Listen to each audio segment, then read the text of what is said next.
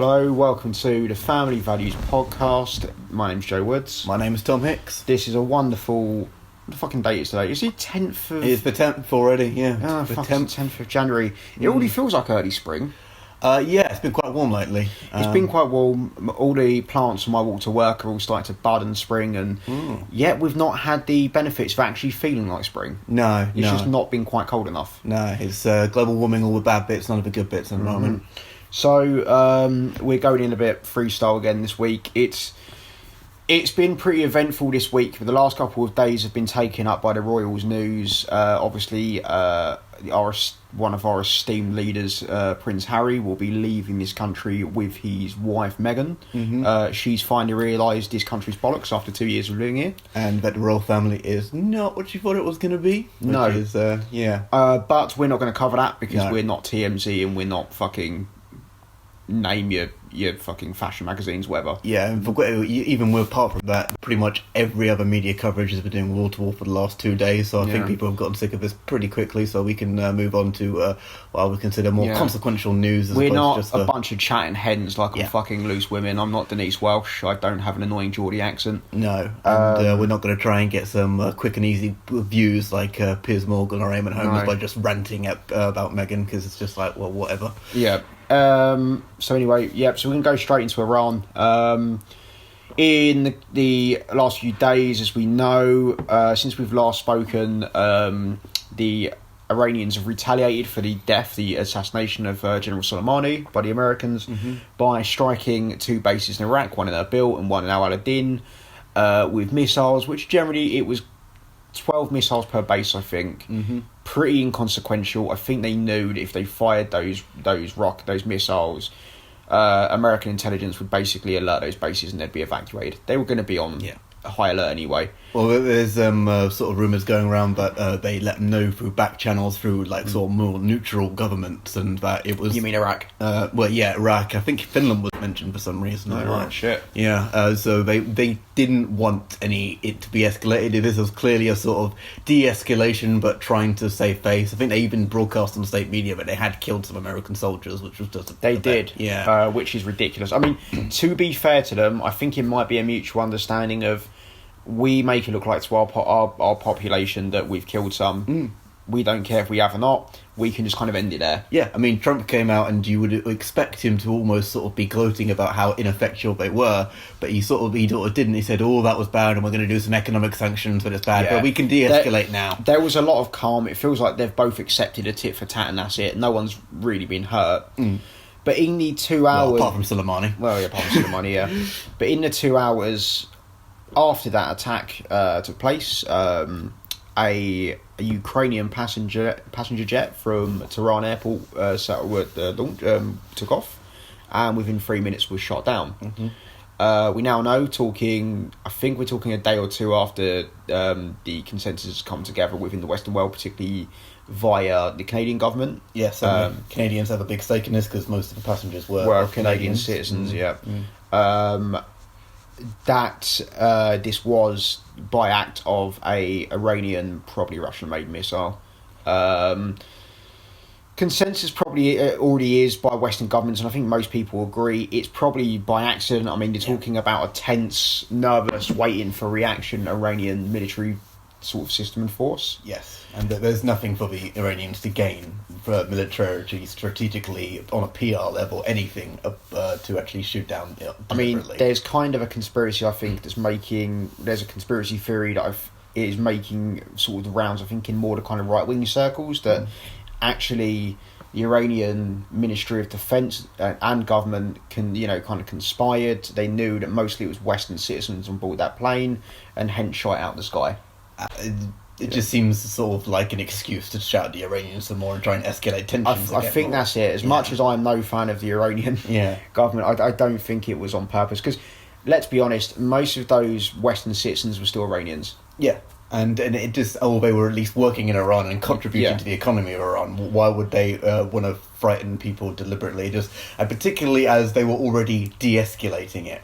I think the most likely situation is that someone at sort of a missile command misinterpreted that as the Americans retaliating for the strike that they had just given. So, talking of that, and talking of this theory kind of circling in the more kind of populist right-wing world. I mean, there seems to be, particularly from the kind of Trumpian base, sort of post-neocon, I suppose the anti-neocon sort of circles, you new writers, so to speak, there seems to be a real kind of unspoken love for what Trump has done, and also a call for further action and war with Iran. But there is a certain segment that is doing that. I think there's sort of two. There's the pro-Iranian war segment. So just to break the full fall, I actually looked at Tom for an answer. It wasn't just I wasn't just throwing out a rhetorical question. I think Tom has a bit more, may just literally have a bit more insight into those circles, a bit more than me. And I think that the sort of neocon actual sort of, well, it's a battered around term a little bit, but for want of a better term, we'll call them sort of neocon foreign policy hawks. They're extremely happy with what Trump's done, but they don't want it to be escalating more because they recognise that going into Iran would be not only electorally a disaster for Trump, but also it just would not go well, and they don't want to get involved in yet another sort of quagmire going down into the Middle East. And that they say that this is a perfect example of deterrence, and how if you give one big strike, one big punch in the nose, and show that you are willing to use the power, or taking out the second most powerful man in the nation is kind of show that you're not willing to do what Obama did, which is say, oh, this is a red line, and then not follow through with that red line. That they sort of re-established the sort of Bush era of deterrence, to say that America is back, and if you fuck with us, we're going to fuck with you back 10 times harder. It's effectively as if Guy Verhofstadt sent a drone to go and strike Cummings. Think of it in that level. Essentially, the second most powerful man in the country. I think there might be a few Remain voters having a little bit of a daydream right now. Exactly. But I think it's a good equivalent, and if Cummings was also in charge of the military, the CIA, the defences, I'd say you can tell it's a proper authoritarian regime, because there's a lot of power concentrating in one man. There's one power concentrating in one man, and also there's external factors. There's external, as we already know, we don't need to go through this, there's external militias and terrorist groups that are also controlled effectively by the Iranian government. It's actually weird to think of that actually this situation has really brought more to the focus that actually the terrorist groups and militias we tend to think of as proxies for Iran are actually more part of the Iranian military structure than actual proxies. It's been working extremely well from an Iranian perspective for the last decade. They've sort of slowly been gaining more influence. They've been slowly gaining more influence in Iraq, in particular with their fight against ISIS, because they really did put the lion's share in the fight against ISIS in certain areas, particularly in the east of or sort of on the borderlands between Iraq and Iran. And really gained a lot of popularity, particularly with the Shia. So basically the Shia areas of Iraq. So those areas during the Iraq-Iran wars, the parts of Iraq that would have been essentially fighting militias for Iran. And it's one of those. It's one of those weird situations where it's like, now that that's been exposed and the rest of the world is paying attention, it's been happening for a long time, but people are like, well, actually that's not a good thing, and maybe we should stop them doing that. In the last week, there's actually been not as many kind of retaliatory proxy attacks as we would have expected. I mean, there's been a couple of nights where I take it's Hezbollah or maybe one of the other smaller Shia militias in Baghdad have been firing rockets into the green zone, so the unmilitarized zone or the safe zone of Baghdad, where essentially the embassies are. The American embassy, there's quite a few Western compounds. But you've been expecting, I've been expecting attacks, but not from the Iranian government, but not from the Iranian sort of official military, but more via the proxies in Iraq or in Israel, or in Lebanon or in Palestine. So I've been expecting maybe, roadblocks that would be set up to ambush Western forces, or maybe car bombings or mortar attacks, or it's just been a couple of measly rockets fired into. And the lack of attacks would indicate to me, at least, that the order's been given from Tehran to actually say, okay, calm it down. We really actually want to de-escalate the situation, because they don't want a war with America. Well, I was going to say, do you think the whole purpose behind the Iranians using and Soleimani using the proxies like Hezbollah and Hamas, if it was further towards the West, towards the Levant, as their sort of fighting arm against the Americans, do you think in that post-Soleimani situation, the Americans just were going, okay, well, essentially this is just command from the Iranian government, so we're just going to attack the Iranians for any for any actions that are taken out by the proxies. I think they'll have a lot more political capital to do that now, because I think it's a lot. They've shone a light on the fact that they've done this. I think the biggest mistake that the Iranians made in hindsight is quite clearly giving the order to attack the embassy. If they hadn't done that, then this entire situation we've never been in that place before the Soleimani assassination.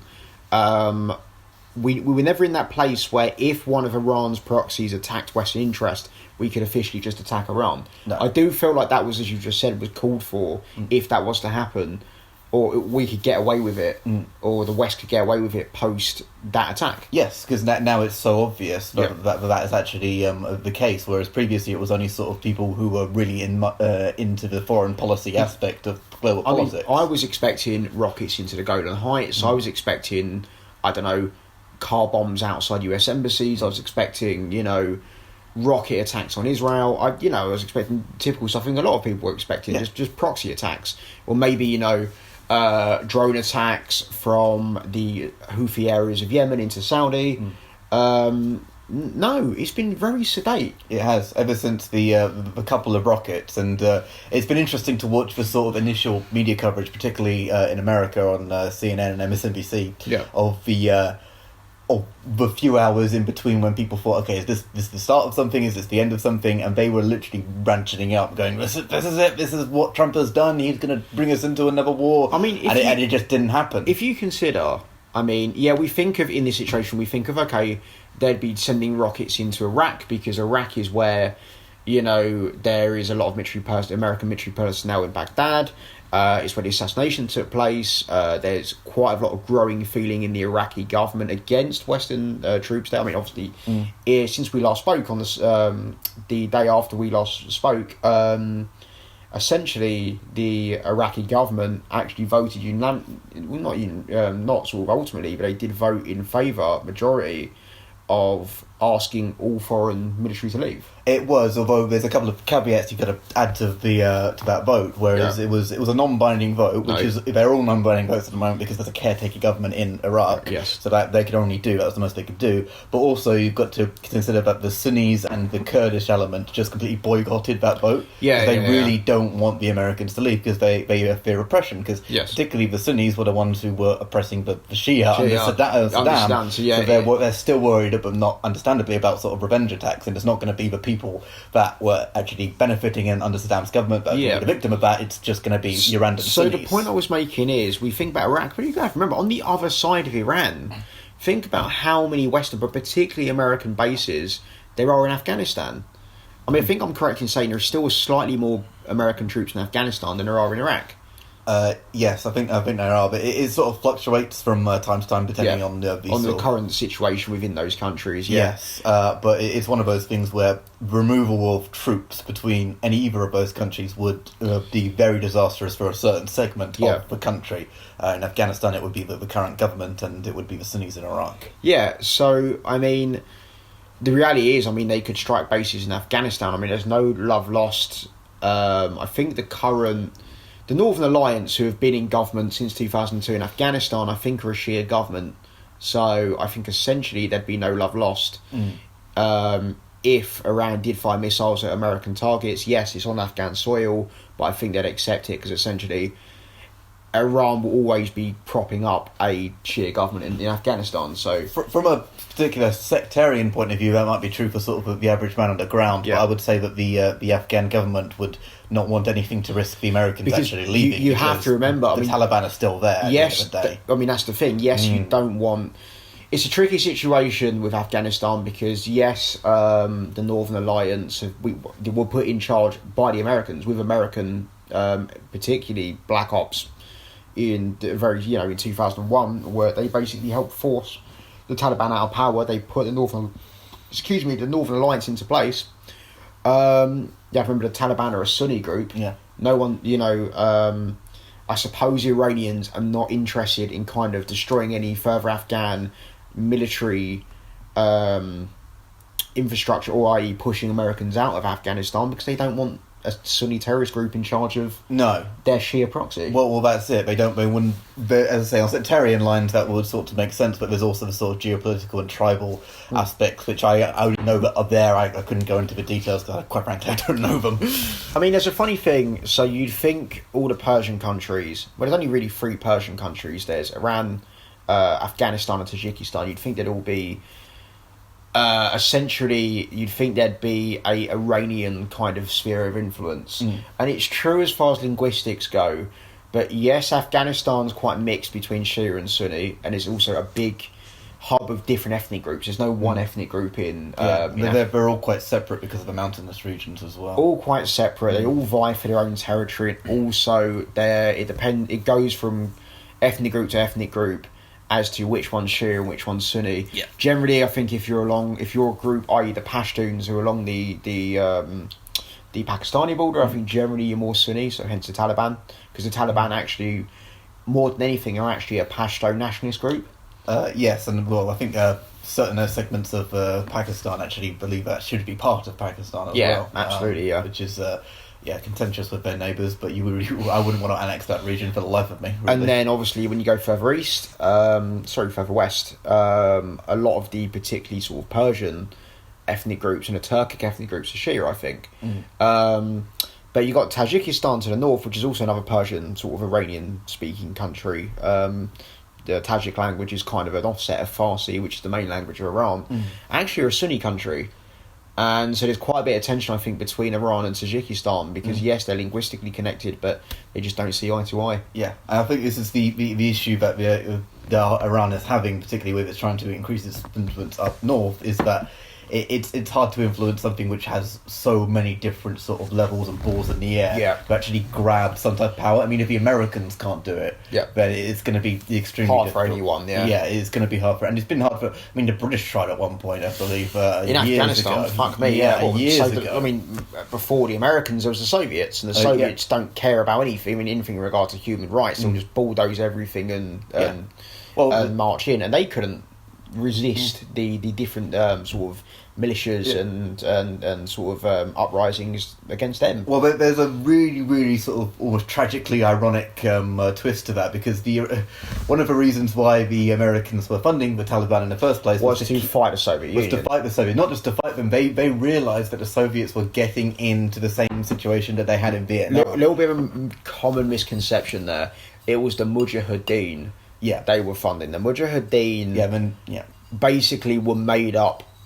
In part in command of certain people that went on to form the Taliban. Yes. So the Mujahideen in big part were actually made up of fighters from all different sects. They were made up from Pashtuns from both Pakistan and Afghanistan. They were made up from Tajiks from and sort of different Turkic and Persian speakers from both Iran, Afghanistan, and from some of the Soviet republics that defected to fight for the Mujahideen. And then there were some Arab fighters as well. What really fucked it up were the Arab fighters, obviously Bin Laden being the main one. I was going to say, there's what the Americans sort of realised is that it was the same situation as they had in Vietnam, but the Soviets did not have the economic resources, so they kept them quagmired in there, and it was a big thing. I mean, that was happened all throughout the 80s, and obviously by the end of it, the Soviet Union had collapsed. If anyone's more interested in that, I'd recommend the Looming Tower book. It's a very good book, which goes sort of from the Mujahideen all the way to 9/11. That's a stupidly interesting part of history. That vie for influence in Afghanistan, in a place I don't even necessarily get the strategic importance of. Apart from the fact that it's very, very difficult to invade, and it's not that much there. I'm sure there must be at some point. I mean years ago it was the sort of Silk Road. From China, but that's not really the case anymore. I mean, in modern history, so let's say post 2001, obviously you'd always have the kind of left-wing conspiracy theorists that always say, the only reason we go into modern war into wars in modern day is for economic and sort of economic resources or natural resources. Iraq being the obvious one. I mean, that's the biggest conspiracy theory in regards to oil, and there may be truth to that. But I think in big part it's probably more about mixed national pride and probably weapon sales. I would say that I think Eisenhower was right on the military-industrial complex part. Yeah, exactly. Yeah. But with Afghanistan, it's almost sort of like now we've sort of pulled the pin out. It's very difficult to take out because the Taliban will take over the government again. If the Afghanistan thing's interesting because for a long time the left-wing conspiracy theorists never had a reason to give in regards to natural resources, and now all of a sudden it's copper ore. It's like, copper ore? I mean, the thing we haven't used in 50, 60 years? Yeah. No, copper ore. They've found big deposits of copper in the Hindu Kush mountains. Well, that means nothing to Western governments. Might be something that the Pakistanis and the Indians might have something to say about, but nothing really to do with us. Particularly us. I mean, it's banned here for reasons of construction. Yeah. And particularly it was all kind of believable and understandable in 2003, the sort of left-wing oil argument, but that doesn't hold any water anymore because of America is now self-reliant on oil. Completely self-reliant, mainly thanks to Obama, quite frankly. Yeah, absolutely. Yeah. You have to remember. His neighbour to the north, Canada, is. I think he's now the biggest driller of oil. It might be the biggest driller. America is the biggest producer of oil and natural gas. So it's not reliant on supposedly invading Middle Eastern countries, because we have to remember as well. I mean, those Middle East states are somewhat running out of oil anyway because we've been tapping them since the 60s. Yeah, there's other regions of the world which are discovering it, but that's becoming more prevalent. That's what the Central Asia being one of them. Yes, and that's one of the reasons why the Chinese are still trying to spread their influence in areas where they can actually have influence without invading. And again, both China and Russia bordering Central Asia, I suppose Iran is as well. To them, I mean, that make more sense moving to there, the likes of Kazakhstan, which is always in this kind of doomsday scenario is seen as where World War III would happen over big developed nations fighting for oil, the last oil. Yeah, I would say that as a very 20th century point of view these days. Yeah, it's a doomsday scenario. It doesn't make sense in the world of renewables and nuclear energy, and but it was always predicted that there would be the last World War, the Third World War, and it's like, well, no, I couldn't see that, and to be honest, there's too big of players in that region that really, even the states at their most desperate wouldn't go out. They're not going to go after Russian influence. It's just too big a ask. Yeah, as I say, potential loss. Yeah, it's I think invading Russia or invading anywhere around that is just read the last 500 years in history and see how that went.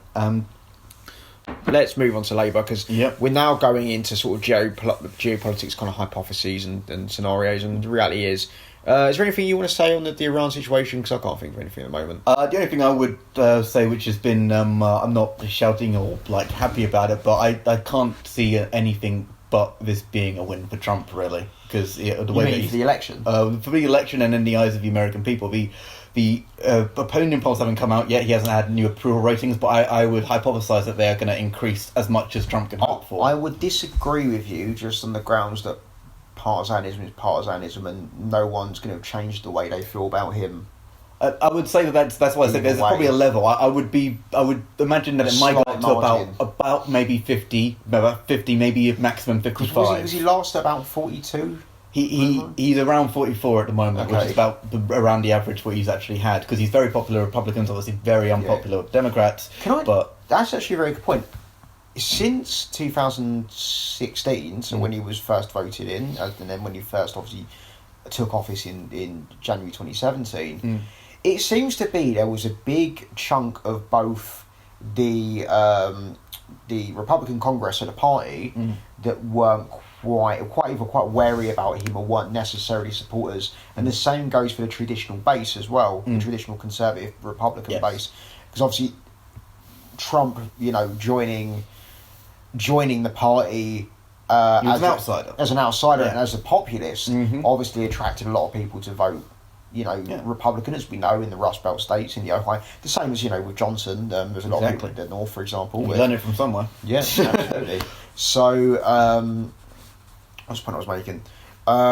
It seems to be, it's been this very gradual thing the last 3 to 4 years, where it's gone from about half the party and half the traditional conservative base being very wary and sort of slow to give support, to now it being sort of unilaterally the whole party's behind him. Yeah, I would say that your assessment is what is correct. Well, it's a few things. It's the fact that he hasn't. in the sort of European point of view, he's been like a complete like shit show in a way. Yeah. But from an American conservative point of view, he's actually governed quite conservatively. Yeah. One thing, he's not let the Democrats pass any major legislation, make any major social reforms which they want. He's appointed, I think, 2 judges to the Supreme Court, which is a huge thing in America, obviously. It's very politicised over there. He's managed to get his tax reform bills, which the Republicans have been wanting to do for ages. And particularly with this Iran thing, that was the thing that I think most people were worried about would be his foreign policy. He's now actually stamped his sort of deterrent strategy and gone back to an almost Bushian way of doing that. Wow. And he has, I think it's above 90% approval rating within the Republican Party, mainly because he's managed to do that. And he's obviously had a few major hiccups along the way, even in the American right, really didn't like his comments on Charlottesville. Yeah. But ever since that, he hasn't had a major fuck up. He's just been tweeting, and everyone just thinks it's baked into the cake now. Trump's going to tweet some crazy stuff. He's going to say some offensive stuff at rallies. But people don't really care about that because the Democrats have been shouting racist at every single Republican for the last 20 years. So fuck it. Yeah. That seems to be the opinion of Republicans as far as I can see. Yes, I mean, and I get that point. I mean, there's been a lot. There's obviously been a lot of labels and kind of they've been attached to the Republican Party in the last 25 years prior to Trump. Yeah. That have kind of not made sense, but just don't represent the party as a whole. Again, I'm not an American Republican supporter. I'm a British citizen. It's not necessarily my politics, but this blanket statement of Republicans being the racist party, for example, was always a bit like, well, in what way? I don't get why you're tarring a whole party with the sort of the racist brush or the racism brush. And it makes it more difficult to, when you actually have racists within the party, to actually pinpoint and say that, because people are less likely to believe you. It made it more difficult when Trump was campaigning and he said some things that were generally pretty nasty and quite racist. Oh yeah, I think his first speech when he called Mexicans rapists. Yes. His very first speech. It kind of goes into the boy that cried wolf situation, where it was like, okay, you've got someone who's now actually doing what you... basically what you accused Republican leaders and presidents of doing for the last 20 years, and now you've actually got a leader who could potentially come to power. He did. Saying these things that, it kind of doesn't feel that out of place because you've accused people who didn't deserve it for years. Yes, I mean, a really good, I think, very apocryphal good example of this would be when in the 2012 campaign, Mitt Romney campaign. The Mitt Romney campaign. And Mitt Romney is very for a Republican, very centrist, very milquetoast, very sort of above line, very kind of mind upon family values kind of guy. Exactly. He's been a big Trump critic even once he's been in the Senate. He's been one of the biggest Trump critics. I mean, he's a Mormon. They're just known for being ultimately very nice. Exactly. And Joe Biden famously said in front of a crowd of African American voters that he's going to put y'all back in chains. Which is just like, really? Romney? Fuck. Like, if you had that attack for Trump... I do remember that statement, and it's like, what he had just said there... I mean, okay, that kind of borders on Clinton, sort of Hillary Clinton-esque pandering. Yeah. No, not even the deplorable's thing. I mean, the pandering to suppose the trying to pander to the black vote actually just comes off as a bit racist and a bit stereotyping. Yes. And I mean, when Biden said that, he can put y'all in chains. It's like, ooh. I mean, someone like myself who's relatively politically incorrect and doesn't give a shit. It's like, yeah, you've really shot yourself in the foot, and you're not giving the message you want to give off there. Yes. And this thing now about what he said there to that audience is coming back with a vengeance, because the conservative media keep replaying that clip as a demonstration that he is a dishonest actor. Yes. And if he does win the nomination, which is looking more and more likely by the day, quite frankly, that clip is going to be played a hell of a lot, and it could really hurt his general election campaign. I mean, the reality is, how far off are we from a democratic... how far off are we from the end of the Democratic race? Okay, well, it's actually really starting to hot up as for real this time. Because the reality is, I mean, we're now, 6 debates in, and I've we're about 9 debates in now. The British media stopped covering debates for a long time ago. Yeah, it's the same bloody thing over and over again. I've not kept up to date on it recently. Yeah, I mean, I know Harris has dropped out. Yeah, Harris has dropped out because she looked at one point to be challenging, but once everybody saw that she was quite a bad, just a bad candidate in general, and she actually had a very bad record from both a Republican and a Democrat point of view.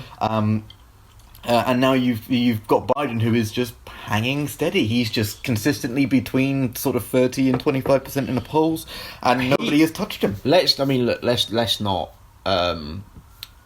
not fucking beat around the bush here. He will end up with a candidacy. As I say, it's looking more and more likely by the day. You're going to see the first primaries are going to come in the next in February, I believe, February.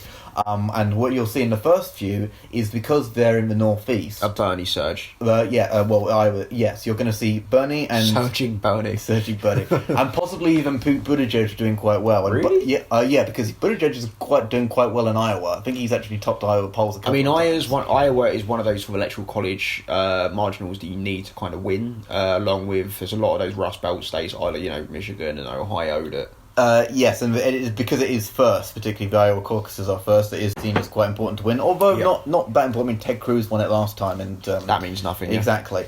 But you've got Iowa, then New Hampshire, then I believe it's North Carolina and Nevada in some sort of order, right? Which are actually Biden's more weaker states. Yep. So at first you might not see Biden win, but when it gets to the deep South, when it gets to the big African American population, where 40% of the primary vote is actually African American, where he's extremely popular. Where generally, as we've said before, the African American vote, it tends to be centre left as opposed to socialist. Yes, it really does, and they are quite loyal as well, and he still has this sort of Obama shine on him when it comes to that.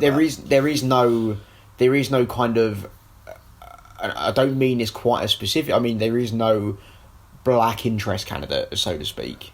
No, there's not. Particularly since Kamala Harris is not in the race anymore. Yeah, and she couldn't get anywhere near the black vote, really. No. Like, black people really didn't give a shit about Kamala Harris. No. It was actually quite funny because she tried really hard. Yeah. And just utterly failed, which, as I say, is quite funny. But yeah, it's looking more and more likely that Biden is gonna sail for it once he gets to those states, really. I mean, how's chief running horse... Pocahontas. Yes, what was her fucking name? Elizabeth Warren. Yeah. How's Elizabeth Warren doing? She's tanked. Really? Basically, she was doing very, very well up until she started announcing her policies.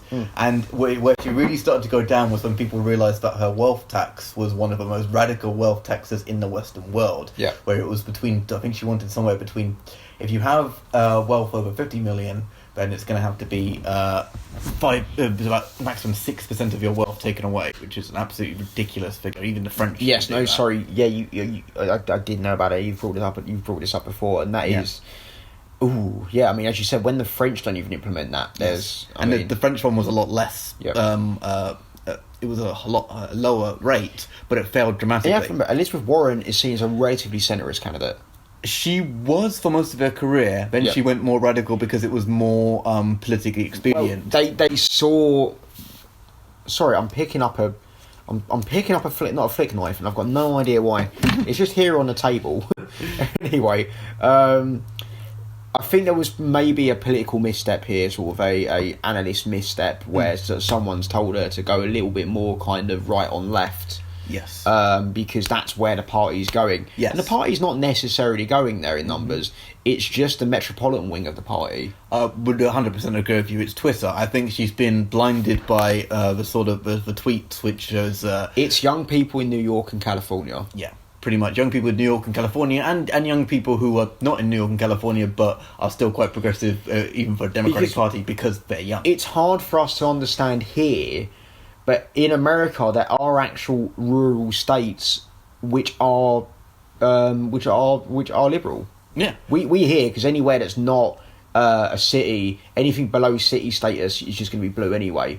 Here, it's just going to be generally right wing. But in the States, you've got whole pretty much rural states which are very, Democrat. Yes, I mean there was talk a few years ago about Texas possibly turning blue. It hasn't happened yet. But that was because of the vote share in the likes of Houston and Dallas and Fort Worth, which are generally quite the black vote there is growing exponentially. Yeah. Particularly in the likes of Dallas and Fort Worth. Yeah, there's also a sort of political exodus happening in certain places. Where from California, for example. Yes, a lot of people who really don't like how the Democrats have been running California for the last God knows how many decades since Arnie left, basically, have been moving to Texas because the weather's kind of similar and they get a Republican governor. Yes. Less rain and a Republican governor, yeah. And more favourable taxation.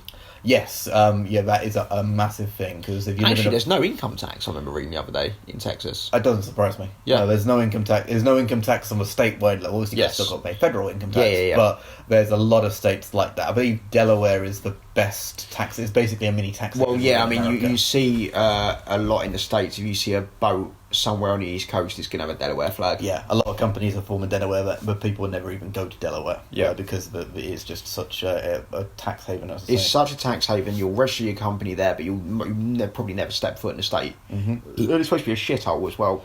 Yeah, it doesn't surprise me. I mean, typical kind of Eastern Seaboard states. We were going to go and talk about Labour. We'll do it for 5 minutes, but to be honest, we're going to do a 40-minute episode just because there's not... Okay, let's break the 4-4 again. We're going out. And also, it's just it's not been a too exciting week for the Labour leadership debate. We just know who's thrown their hats in the ring. I think a lot of people they would have had plans to sort of do news coverage, and they've all postponed them simply because they know that it's going to get lost in the royal story. Yeah. There's not been a lot. I mean, I think that last week when we were talking about the polls already out. Yeah. And apart from people officially putting their hat into the ring. There's not been a lot of change. Someone's dropped out. I don't think it's Clive Lewis. Who's dropped out so far? Thornbury looks like she's about to drop out because she can't secure. Oh, that's funny. This is the best thing that has happened this year so far in politics: is the failure of Emily Thornbury. I mean, that is no shock to anyone. No, it's apart from but it is just glorious to see because the sort of glint in her eye when she saw. I'm so happy to see both the Metropolitan hard left. The centre left of the Metropolitan as well, and also the northern left, all unilaterally just say we're not giving support to Emily Thornbury. Yeah. And you know that no element of the right likes her. Despite the fact she's probably one of the most senior people who's thrown their hat in the ring. She is, but she's also she is pretty much everything wrong with the Labour Party at the moment. Oh yeah, absolutely. And everybody can realise that. And it does bode well, I think, for the future that Labour are a little bit self-aware in that area. If the problems of the Labour Party have in modern times, obviously were particularly shown as they were shown at the last election results, if they walked in human form, it's Emily Thornbury. Yeah.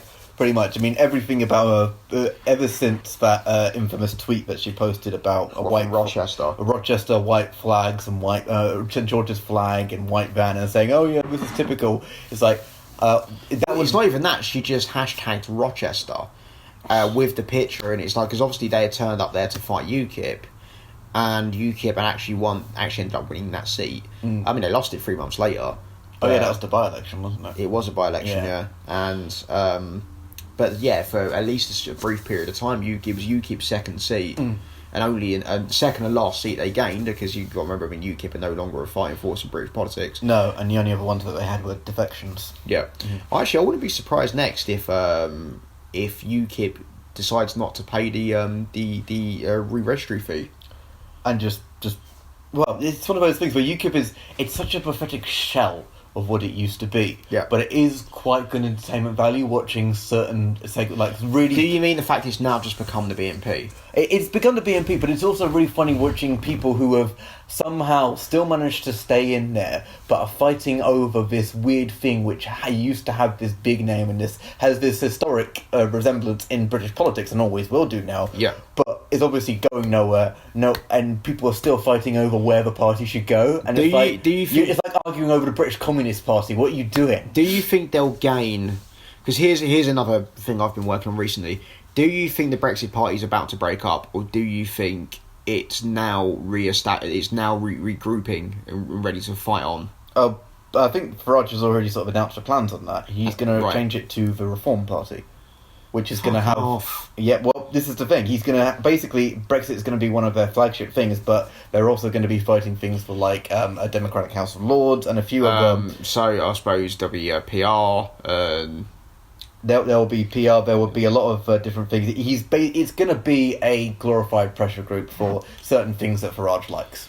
So that's what it's basically going to be like a libertarian pressure group on the Conservative Party. Effectively, yeah. Yeah. Which will, and if they, And it's the thing with that thing in particular. If it's going to go libertarian, I don't think it's going to be very successful. But it is going to concentrate on sort of constitutional reform, on doing the House of Lords. It might be able to push the Conservative Party more in that direction, and the Labour Party will just jump on that because there's policies that they've wanted to do for ages anyway. Before we sign off, I did want to, obviously, because we haven't really covered the Labourship debate. I mean, it's not the Labourship debate, the Labour leadership debate. To be honest, there's not really much going on. It looks like Thornbury's not going to gain support.